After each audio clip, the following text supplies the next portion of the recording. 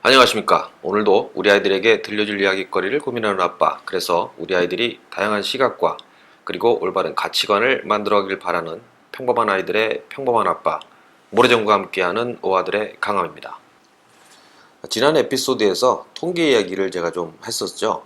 근데 이제 뭔가 좀 그럴듯하게 숫자를 늘어놓지만 사실은 이제 뭔가의 어떤 의도를 전달하기 위해서 사실을 좀 조금 꼬아서 전달하는 식으로 이제 쓰이는 경우도 있다고 말씀을 드렸습니다. 이 사람이라면 사실 이 숫자에 약하다는 이런 사실을 어찌 보면 좀 악용하는 이런 행태들은 이제 분명히 올바른 것은 좀 아닌 것 같습니다. 하지만 이제 우리가 아무런 비판 의식 없이 다분히 그냥 수동적으로 그런 정보들을 그냥 믿어왔던 건 역시 이 또한 또 받아들이는 사람들에게도 어느 정도는 좀 책임이 있다고 봐야 할 것 같습니다.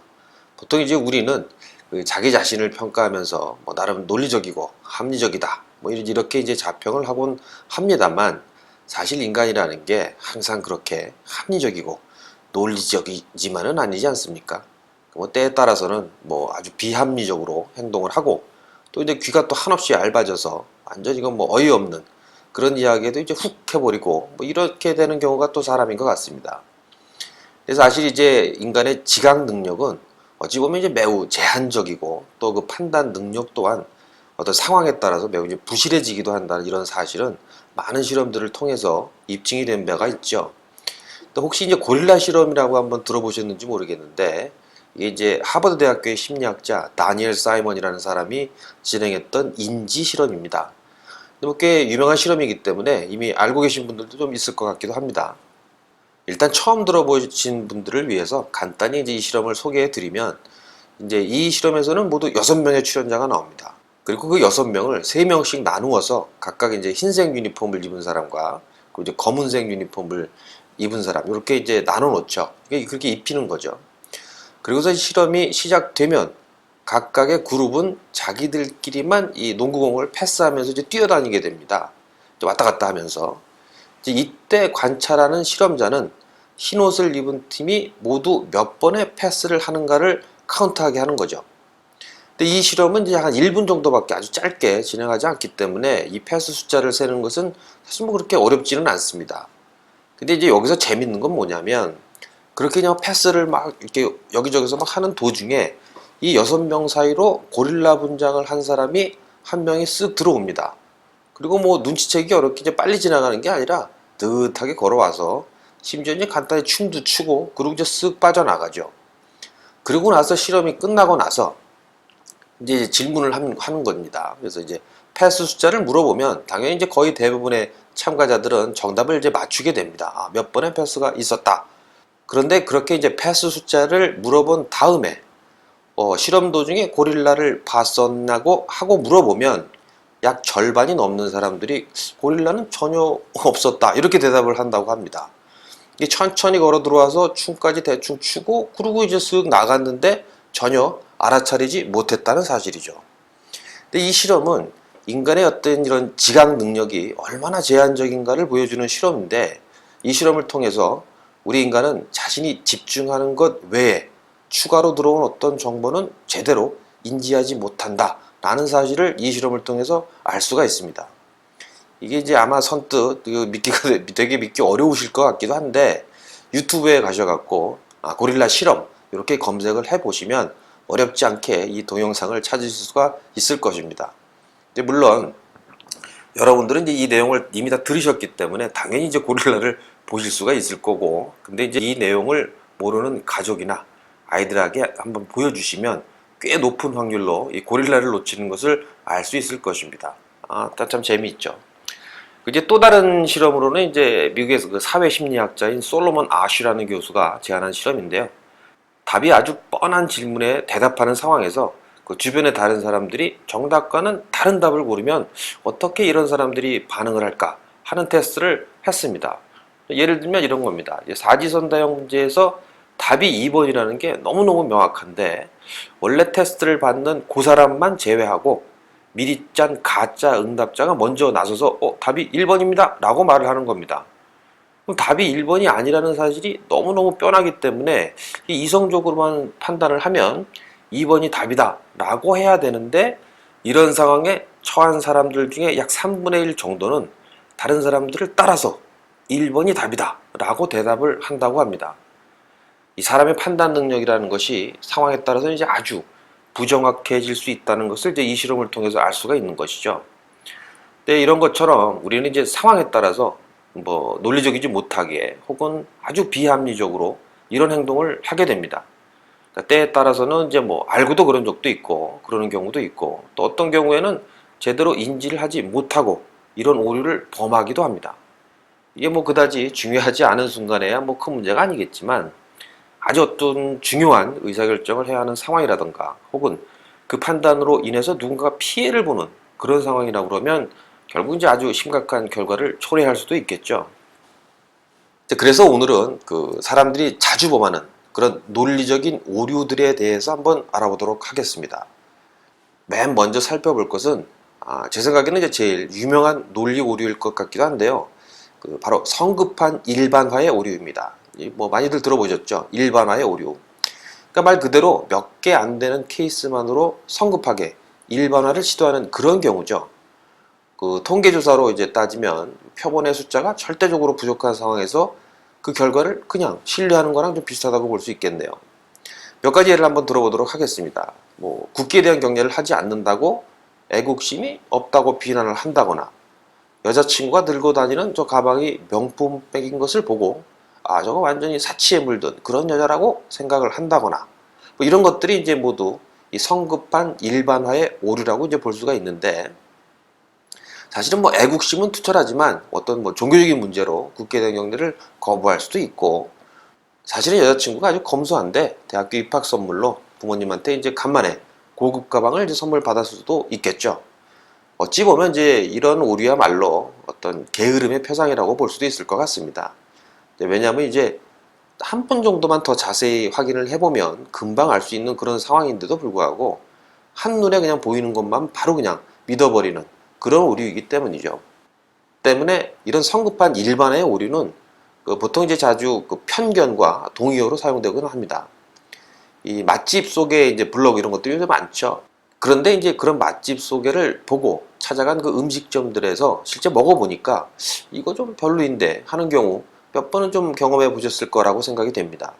사실 이것도 하나의 어떤 성급한 일반화의 오류라고 이제 볼 수 있는데 뭐 사실 뭐 그날따라 우연히 그 음식이 입에 맞았다거나 그날따라 뭐 식사 시간이 조금 늦어서 아까 뭐 내가 배가 고팠던 상태였거나 또 아니면 또 그날따라 다른 경쟁 식당이 문을 닫아서 사람이 그날만 뭐 그 집에 좀 많이 있었다거나 뭐 다른 여러 가지 상황이 있을 수 있다는 거죠. 뭐 이건 좀 다른 얘기긴 하지만 뭐 그래서 맛집 소개를 한다면 그냥 뭐 맛이 있었다 뭐 이 정도만 적지 말고 조금은 좀 더 구체적으로 어떤 것 때문에 좋았다 뭐 이렇게 알려주었으면 좀 좋겠다는 생각을 해보게 됩니다.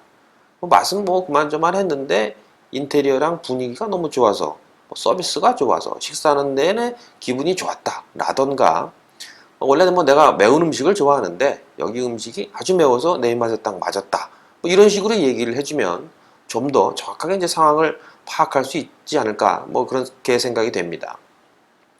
그러니까 이런 식의 대화법은 사실 뭐 비단 그 맛집 소개할 때만 필요한 거는 아니죠.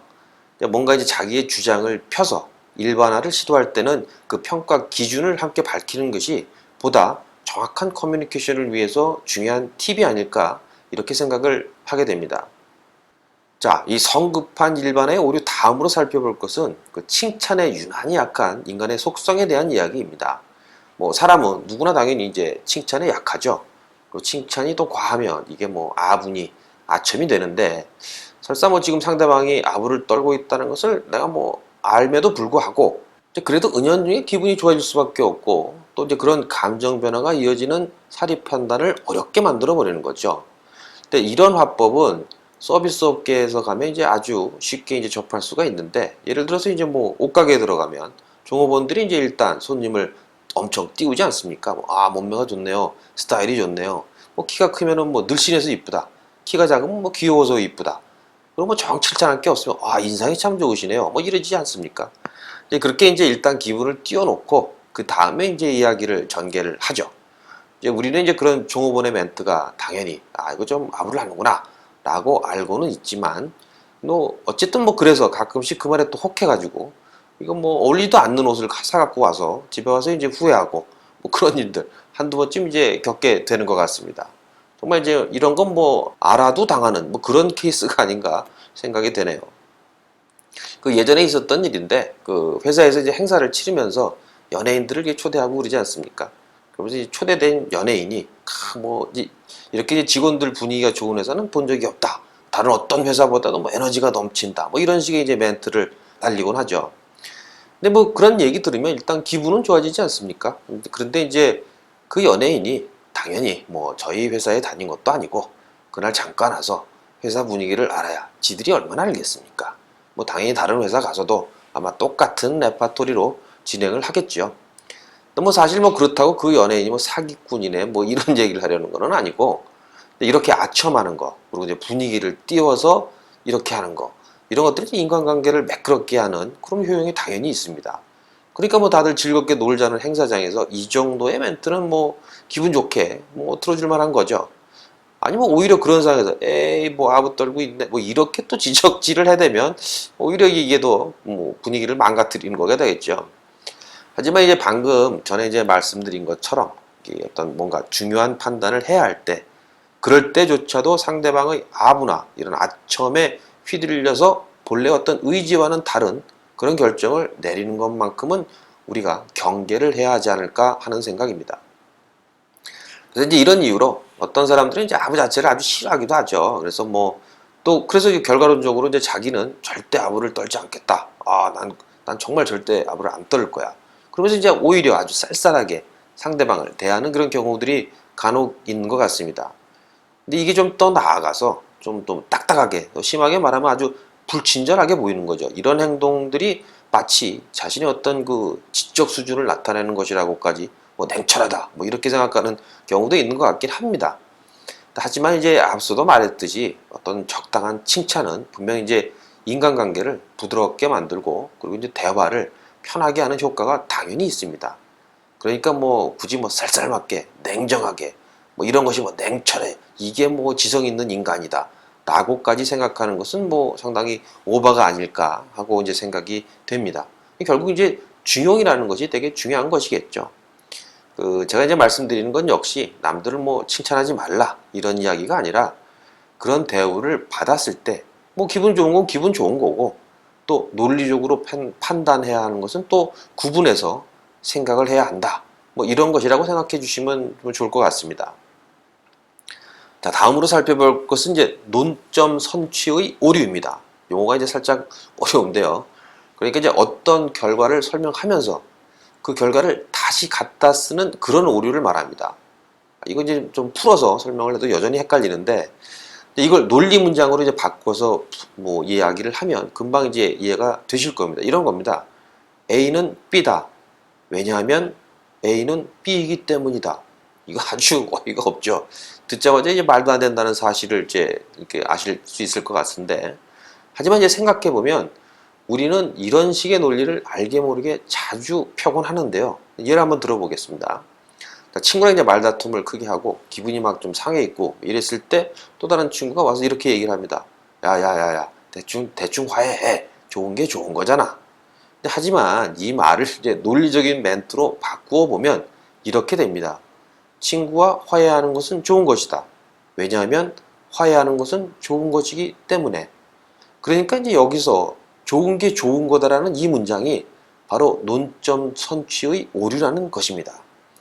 간혹 이제 논점 선취의 오류는 선결 문제 요구의 오류라고도 이제 부르긴 하는데 어떤 논의가 필요한 내용을 이미 기정사실화 시켜서 아예 전제로 만들어 버리는 것을 이야기합니다. 자, 이제 또 다른 예를 한번 더 들어보겠습니다. 이 수사 과정에서 피의자의 인권이 침해되는 상황에 대해서 이제 논의를 하고 있는데 한쪽에서 이렇게 이야기를 하죠. 범죄 행위는 다른 사람의 인권을 침해한 경우이기 때문에 그런 범죄자의 인권은 보호받을 필요가 전혀 없다. 근데 여기서 이제 원래의 논점은 피의자가 범죄자가 아닐 수도 있기 때문에 피의자의 인권 침해를 논의하자라는 내용이었는데 그 다음 문장은 이미 피의자가 범죄자임을 가정을 하고 있죠. 그러니까 이제 논의가 시작되기도 전에 논의의 결론을 딱 내려놓고 그리고 시작을 하는 겁니다. 사실 이제 논의가 필요한 주제가 이미 결정이 나 버렸기 때문에 이후부터 진행되는 토론은 사실은 뭐 주제에서 벗어나서 이게 공전할 그럴 가능성이 이제 되게 높아지게 되는 거죠. 이 논점 선취의 오류는 적어도 이제 그 문장의 구성은 완벽하게 논리적이기 때문에 그 내용을 자세히 이렇게 씹어보기 전에는 사실은 이제 발견하기가 쉽지는 않습니다. 그래서 이제 나름 배운 사람들이 이제 뭐 그럴싸한 수식어와 어려운 전문 용어로 이제 포장을 해가지고 논점을 흐릴 때 자주 사용되는 그런 그 형태의 오류죠. 근데 이런 화법에 당하지 않으려면 논의의 주제를 계속 머릿속에 이제 떠올리면서 각 주장의 전제 조건을 꼼꼼하게 확인해보는 그런 자세가 필요합니다. 뭐 저 역시 말은 이렇게 하지만 사실 뭐 이거 아주 피곤한 얘기죠. 매번 이렇게 신경을 곤두세워서 이렇게 뭐 집중하는 거 참 어려운 이야기입니다. 하지만 뭐 어찌하겠습니까? 이걸 뭐 악용하는 인간들이 항상 우리 주위에 있으니까 알아서 조심해야 될 수밖에 없는 거죠. 자, 그 다음에 살펴볼 것은 인과관계의 오류입니다. 이건 뭐 제가 이전에 이제 에피소드에서 한번 다뤘던 주제이기도 한데요. 보통 이제 선후관계를 인과관계로 잘못 이해하는 경우가 가장 대표적인 경우죠. 자, 감기라는 병을 잘들 아실 텐데요. 감기는 사실 일단 걸리면 뭐 2, 3일 열 나고 기침 나고 하다가 대충 이제 일주일 정도 지나면 알아서 뭐 자연적으로 치유되는 경우가 많은 그런 질병이죠. 근데 이제 실제로 의학적으로 입증된 감기 치료제는 뭐 아직까지 전혀 개발되지 않았다고 합니다. 근데 원래 이제 감기는 감기 바이러스에 의해서 생기는 병인데 이 감기 바이러스는 인간의 몸에 들어오면 일단 끊임없이 변이를 하기 때문에 그렇게 이제 변이하는 모든 감기 바이러스에 대응하는 약을 만든다는 것 자체는 애초부터 불가능하다고 합니다. 때문에 이제 우리가 보통 이제 알고 있는 감기약은 대부분 이제 감기의 증상만을 이제 경감시키는 그런 약이죠. 그러니까 뭐 열나면 열 내리게 하는 거, 기침 나면 이제 기침 좀 안 나게 해주고 그런 이제 증상을 가라앉히려고 하는 것이기 위해서 이제 감기약을 사 먹게 되고 뭐 그리고 또 대충 그때쯤 되면 바이러스가 죽으면서 감기가 이제 낫게 되니까 그러니까 이제 감기가 나을 때쯤 감기약을 먹은 건데 하지만 이런 경우에는 우리는 이 감기약을 먹었더니 감기가 나았구나 이렇게 이제 생각을 하게 된다는 겁니다. 바로 이게 이제 수많은 감기약들이 현재까지도 시판되고 있는 그런 뭐 하나의 이유라고 볼 수도 있겠죠.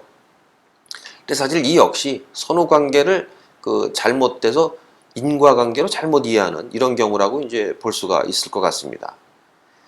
인과관계의 오류 중에 또 다른 것으로 이제 원인을 공유하는 두 사건을 원인과 결과로 이어갖다 붙이는 경우입니다. 그러니까 상관관계를 인과관계로 잘못 이해하는 경우인데 뭐 다음 사례 같은 경우가 이제 그런 경우죠. 미국의 고등학생들을 대상으로 한 조사에서 무단결석을 습관적으로 하는 학생들이 그렇지 않은 학생들보다 마약을 복용할 확률이 5배가 높았다고 합니다. 이 사실을 통해서 무단결석을 자주 하면 그만큼 마약을 복용할 가능성이 높아진다 라는 이제 보도가 있었는데요. 사실 무단결석과 마약 복용은 원인과 결과가 아니죠. 이 두 가지 상황 모두 어떤 그 동일한 원인, 뭐 예를 들면 뭐 가정불화라든가 아동학대라든가 뭐 이런 다른 원인으로 발생한 결과라고도 볼 수 있다는 겁니다. 그러니까 원인을 공유하는 상관 있는 결과인 셈이죠. 이걸 원인과 결과로 잘못 이어갖다 붙이면 아주 이상한 논리가 이렇게 이제 만들어지게 되는 것입니다. 그 마시멜로 이야기라는 책을 읽어보셨는지 모르겠습니다. 이게 2005년도에 출판된 일종의 그 자기계발서 뭐 이런 건데 어떤 현재의 유혹을 참고 견디면 더 나은 미래가 온다 라는 이제 교훈을 일종의 그 스토리텔링 방식으로 풀어나간 그런 책입니다. 이 책은 사실 뭐 출판되자마자 엄청나게 인기를 끌어서 100만 부가 넘게 팔렸고 그리고 또 이제 그 인기에 힘입어서 뭐 2부, 3부 이렇게 이제 뭐 연이어서 출판되었던 그리고 이제 한동안 베스트셀러에 올랐던 그랬던 책이죠. 근데 원래 이 책의 내용은 그 스탠포드 대학의 심리학자인 그 월터 미셸이라는 분이 실시한 그 실험의 결과를 인용한 것인데 이 실험은 이런 겁니다. 그러니까 유치원에 다니는 아이들을 모아놓고 그 마시멜로를 하나씩 줍니다. 그러면서 15분 후에까지 이걸 먹지 않고 기다리면 마시멜로 하나를 더 주겠다 라고 약속을 하죠. 그리고서 이제 15분 동안 마시멜로를 먹지 않고 참은 아이와 참지 못하고 먹은 아이를 구분을 해서 이 아이들을 10년 후에 추적 조사를 통해서 그 SAT 대학 입학 자격 시험이죠. 거기 성적이 어떻게 나왔나를 조사를 한 뭐 그런 실험이었습니다. 사실 결과만 보면 일단 마시멜로를 먹지 않고 참았다가 하나를 더 받아 먹었던 그 그룹은 그 마시멜로를 금방 그냥 바로 먹어치운 아이들에 비해서 평균적으로 20% 정도가 높은 그런 점수를 받았다고 합니다. 뭐 어찌 보면 굉장히 주목할 만한 그런 결과라고도 볼 수 있죠. 그러니까 이제 결론을 이렇게 내는 겁니다. 참을성이 많은 아이들은 그렇지 않은 아이들보다 높은 성취를 거둘 수 있다 라는 사실을 이 실험을 통해서 알게 되었다. 이렇게 이제 결론을 만들어낸 것이죠. 그런데 이제 바로 이 말, 그러니까 더 나은 미래를 위해 지금 조금 힘든 걸 참고 견뎌라 라는 말은 우리 어른들이 이제 아주 자주 애용하는 그런 잔소리 멘트 아니겠습니까? 이런 거죠. 뭐 지금 열심히 공부해야 좋은 대학 간다. 그리고 대학만 가면 남자친구, 여자친구 엄청 생기니까 지금은 좀 그런 거 다 참고 공부만 열심히 해. 이런 말도 이제 다 같은 내용이죠.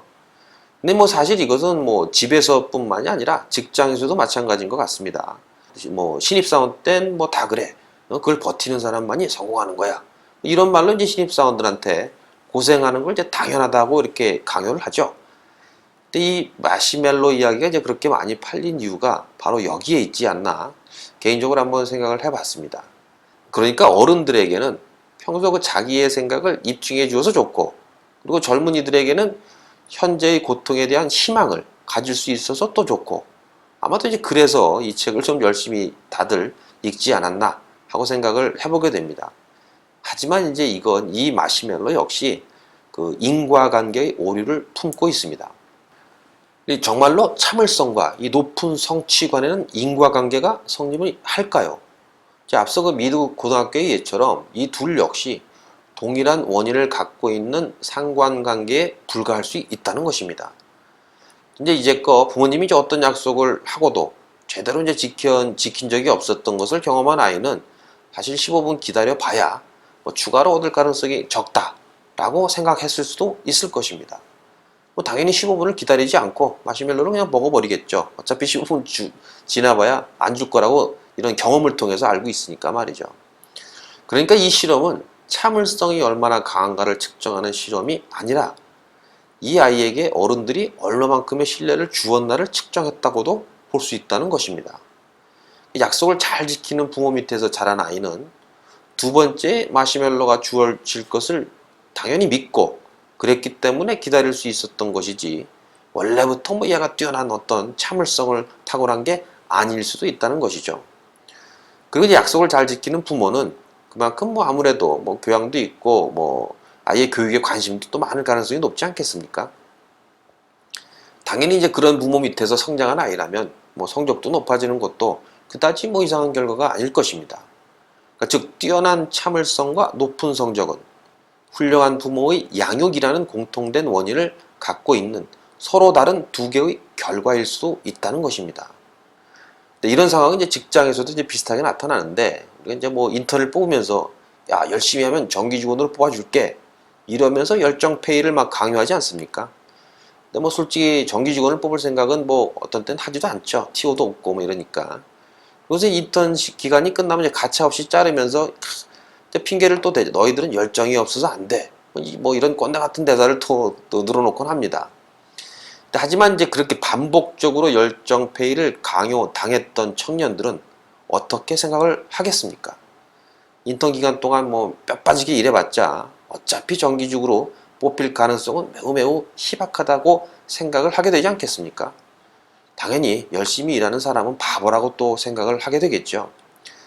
그러니까 이제 인턴들이 열정을 보이지 않고 열심히 일하지 않는 것은 우리 기성세대가, 우리 사회가 젊은 청년들에게 그만큼의 신뢰를 주지 못한 게 원인일 수도 있다는 것입니다. 이제 그걸 갖고 요즘 애들은 참 열정이 없어. 이 젊어서 고생은 말이야 사서도 한다는데 요즘 애들 문제야. 뭐 이제 이런 얘기를 늘어나 봐야 이거 뭐 사실 세대 간의 어떤 갈등만 더 커지는 꼴이 아닌가 싶습니다. 이 좀 다른 얘기긴 한데, 개인적으로 저는 이제 그 마시멜로 이야기를 읽으면서 마음은 좀 불편했습니다. 그러니까 지금의 고난을 참으면 더 나은 미래가 온다. 이게 말만 들으면 아주 뭐 그럴싸하죠. 하지만 근데 언제까지 도대체 이렇게 참아야만 하냐는 겁니다. 요즘 사람들을 보면 현재를 즐긴다는 것 자체에 죄책감을 안고 살아가는 것 같습니다. 그러니까 놀면서도 제대로 놀지 못하고 스트레스를 받는 거죠. 그러니까 막 힘든 시험을 끝낸 아이들에게 바로 다음 시험을 상기시키면서 계속 다그치게 되죠. 야, 수능까지만 버텨라. 그러다가 이제 수능이 끝나면 야, 직장 들어갈 때까지만 좀 버텨라. 그리고 또 직장에 들어가면 야, 진급할 때까지만, 뭐 집 살 때까지만, 뭐 애들 결혼할 때까지만, 이거 뭐 도대체 연장을 언제까지 참아야 되는 건지 정말 잘 모르겠습니다. 그렇게 항상 참기만 하다가 나이 다 먹어서 그래서 이제 그때 가서 더 나은 생활을 영위하는 게 정말 그게 어떤 의미가 있는지 요즘 들어 이제 저도 사실 이제 고민이 되는 그런 화두이긴 합니다. 왜 이런 말도 있지 않습니까? 까르페 디엠이라고 그 죽은 그 영화 그 죽은 시인의 사회에선 거기에 나왔던 선생님이 아이들한테 하는 말이죠. 현재, 그러니까 이제 지금 이 순간을 즐겨라 뭐 이런 말인데, 미래를 위해 현재를 희생하라는 말로 다그치기만 하면서 우리 아이들의 현재를 우울하게 만들고 있는 것은 아닌지 한 번쯤은 함께 고민해 봤으면 좋을 것 같습니다. 살짝 이제 우울해졌는데 다시 이제 본론으로 돌아가서 다음으로 알아볼 또 다른 논리적 오류는 바로 확증 편향이라는 현상입니다. 근데 이 오류 역시 인간인 이상 이제 쉽게 보면은 어찌 보면 범할 수밖에 없는 실수 중에 하나인데요. 쉽게 말하면 이제 사람은 자신이 믿고 싶은 것만 믿는다는 그런 뜻입니다. 그러니까 이제 자기가 믿는 것을 뒷받침하는 증거는 채택하고 그 반대인 증거는 가치를 낮게 보거나 혹은 완전히 무시하는 그런 성향이 있다는 것이죠. 예를 들어 이제 휴대폰을 이제 바꾸게 돼서 여러 모델을 이제 뭐 비교하게 되었다고 이제 가정을 해보죠. 그런데 이제 예전부터 아이폰이 좀 땡겼던 겁니다.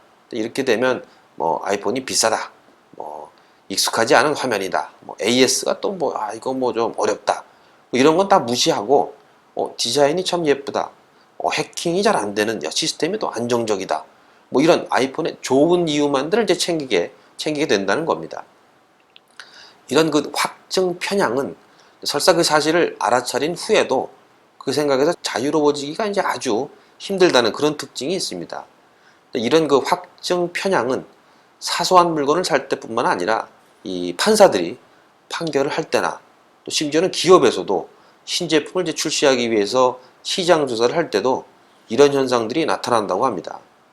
새로 출시될 어떤 신제품에 대한 고객 반응을 조사할 때 이 시제품에 대한 긍정적인 평가는 이제 수용을 하면서 부정적인 평가는 여러 가지 이유를 대면서 무시해버리거나 뭐 아예 뭐 이렇게 잊어먹고 뭐 이러는 것들입니다.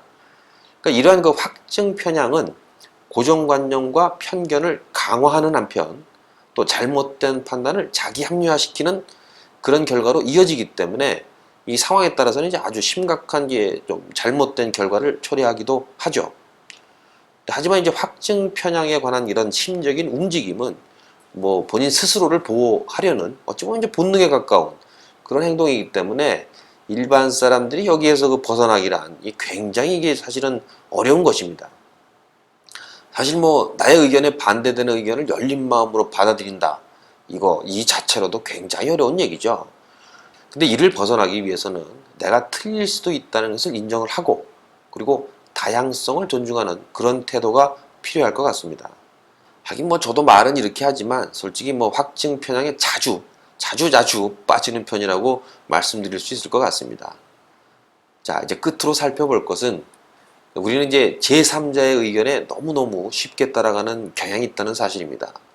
이게 뭐 친구와 얘기할 때는 뭐 이런 상황이 간혹 발생을 하는데, 야, 뭐 내가 누구한테 들었는데 요번에 이제 기아에서 나온 차 있잖아, 그거 뭐 승차감이 완전히 뭐 구리다는데 뭐 이런 얘기를 들으면 사실 그 이야기를 누가 말했는지 또 그 사람이 정말 자동차 전문가인지 뭐 이딴 거 따지지 않고 그냥 일단 어느 정도는 이제 접수해 버린다는 그런 사실이죠. 제가 이제 지난 에피소드에서 말씀드렸지만 요즘 이제 워낙 말도 안 되는 정말 저런 전문가도 있긴 한 거야 하는 뭐 이상한 전문가들 참 많은 그런 세상 아닙니까? 그나마 정말 전문가라면 뭐좀 낫겠지만 어떤 경우는 이게 도대체 실체도 정확하지 않은 그 전문가의 말을 또 그것도 인용을 하는 경우들이 아주 많죠. 뭐 예를 들면 이런 식입니다. 향후 수년간 중남미 국가들의 경제 상황이 좋지 않을 것이다라고 전문가 대부분은 입을 모으고 있습니다. 이런 식의 이제 보도 말이죠. 이게 뭐 도대체 어떤 전문가인지 그리고 몇 명인지 뭐 이런 거 없습니다. 그냥 대충 저렇게 툭툭 던져 놓는 거죠. 물론 이제 전문가의 의견이 필요한 경우 분명히 있습니다. 정말로 어떤 전문적인 분야여서 개인적으로 보통 일반 사람들이 파악하기 어려운 그런 정보일 때 또 혹은 또 파악할 수는 있겠지만 시간이 너무 많이 걸릴 때 이럴 때 이제 전문가의 의견을 참고하는 게 당연히 효율적일 수 있죠. 하지만 이런 경우에도 그 정보의 중요성이 정말 크리티컬하다고 할 때는 직접 그 정보의 소스를 확인해 보는 것도 중요할 것 같습니다. 그 얼마 전에 읽었던 그 향후 집값 추이에 대한 전문가의 의견을 보도하는 그런 기사가 있었는데요. 그 전문가라는 사람들이 뭐 대충 뭐 알고 보면 대부분 이제 부동산 업계 뭐 중개업자 뭐 이런 분들이죠. 뭐 당연히 그 사람들이 집값이 올라야 그래야 또 거래가 활성화되고 그래야 또 돈을 버는 사람들 아니겠습니까? 근데 그런 사람들을 뭐 전문가라고 하면서 그 의견을 이제 인용하게 되면 그리고 또 그 의견을 무분별하게 또 우리가 받아들이게 되면 잘못된 그런 판단을 할 가능성이 아주 높아지지 않겠습니까? 그리고 뭐 재테크 전문가니 어쩌고 해봐야 은행 쪽에 있는 사람들은 은행 금융상품 투자라고 하고 증권회사 다니는 전문가들은 뭐 주식 채권 사라고 하고 부동산 중개업자들은 부동산 투자라고 하고 다 그러지 않습니까? 뭐 이 정도라면 뭐 전문가의 말이라고 이제 무턱대고 신뢰하는 것은 이제 아주 좀 위험한 태도라고 이제 봐야 할 것 같습니다. 지금까지 이제 사람들이 자주 범하게 되는 그런 논리적인 오류들에 대해서 이제 알아보았는데요. 물론 이제 제가 말씀드린 것 이외에도 아주 많은 그런 다른 논리적인 오류들이 참 많이 있긴 합니다. 근데 그걸 뭐 제가 다 여기서 열거를 하자 그러면 뭐 몇 번의 에피소드로 나누어서 설명을 드려도 부족하겠죠. 하지만 뭐 제가 심리학 교수도 아니고 그야말로 이쪽 전문가는 또 당연히 아니기 때문에 이 정도로 그냥 제가 정리하도록 하겠습니다. 그런데 이제 오늘 에피소드를 들으시면서 혹시 이런 생각이 드셨을 수도 있을 것 같습니다. 야, 이거 뭐 어떻게 매번 그런 걸 다 따지면서 사니? 이거 뭐 엄청 피곤하잖아. 대충 살면 안 되냐? 뭐 이렇게 생각하시는 분들이 있을 수 있을 것 같은데 맞습니다. 이 사실 사람이 이런 논리적인 오류를 갖게 되는 것 자체가 원래 그 매사의 모든 일에 신경을 집중하는 것이 어떤 정신적으로나 육체적으로나 아주 힘들기 때문에 그래서 좀 보다 쉽고 그 편한 쪽으로 행동하려다가 보니까 이런 오류들이 이제 발생하게 되는 거죠. 다시 말하면 이런 오류를 피한다는 것은 그만큼 인생이 피곤해진다고 볼 수 있을 것 같습니다. 하지만 이제 그렇다고 이제 이런 오류를 악용하는 일부 사람들의 의도에 휘말리는 것은 이건 뭐 단지 피곤한 인생을 사는 걸로 끝나지 않을 수도 있다는 거죠. 그러니까 이제 적어도 인간은 이러이러한 오류를 범하는 경향이 있다 정도의 사실을 인지하는 것만으로도 어느 정도는 객관적인 시각을 유지할 수 있지 않을까 하는 마음에서 이번 에피소드를 준비해 봤습니다. 그러니까 이제 최소한 사기꾼이 되지는 못해도 사기는 당하지 말자 뭐 이런 의도라고 생각하시면 될 것 같습니다. 이제 오늘 말씀드린 논리적인 오류들은 우리가 이제 알게 모르게 쉽게 범하는 그런 오류들이기 때문에 아이들과 이제 이야기할 때도 어렵지 않게 뭐 접하시게 되실 것 같습니다. 그럴 때마다 뭐 그냥 넘어가지 마시고 슬쩍 한번 짚어주시면 우리 아이들이 조금은 좀 객관적인 시각으로 또 자신을 바라보고 또 같은 사안이라고 해도 더 다양한 시각으로 바라볼 수 있는 그런 시야를 가질 수 있지 않을까 생각해 봅니다. 그럼 오늘 에피소드를 마치도록 하겠습니다. 감사합니다. 강함이었습니다.